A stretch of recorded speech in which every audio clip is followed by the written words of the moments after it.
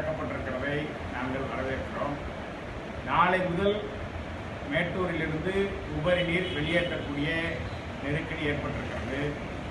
உபரி நீரை முழுமையும் பாசன பகுதிகளுக்கு கொண்டு வருவதற்கான நடவடிக்கையை மேற்கொள்ள வேண்டும். தூர்வாருகிறோம் என்கிற பெயரில், கட்டுமானங்கள் பழுதுபார்க்கிறோம் என்கிற பெயரில் கிடைக்கின்ற தண்ணீரை கடலுக்கு கொண்டு செல்வதற்கு முயற்சிக்க கூடாது. அது வன்மையாக கண்டிக்கத்தக்கது.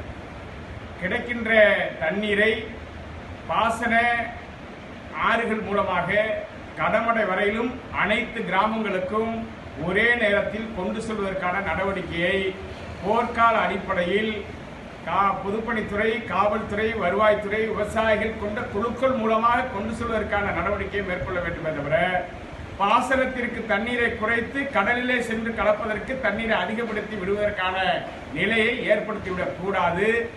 அதற்கான வகையில் தற்போது சென்ற வாரம் தூர்வாருவதற்கு 900 கோடி ரூபாயை சிறப்பு நிதியாக தமிழக அரசு விடுவித்திருக்கிறது. தண்ணீரை திறந்து வைத்துவிட்டு தூர்வாருவதற்கு ஒப்பந்த புள்ளி கோரியிருக்கிறார்கள். எனவே இந்த பணிகளை தற்போது துவங்கினால் ஊழல் முறைகேடு செய்து ஒதுக்கப்பட்ட நிதி முழுமையும் பயனற்ற நிலைக்கு தள்ளப்பட்டுவிடும்.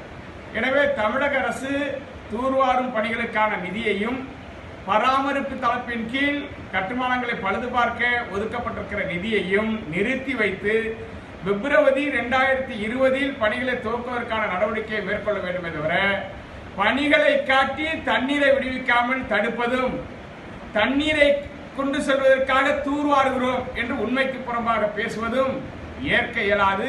இதனை பொதுப்பணித்துறை கண்டிப்புடன் பின்பற்ற வேண்டும் என்று நாங்கள் வலியுறுத்துகிறோம்.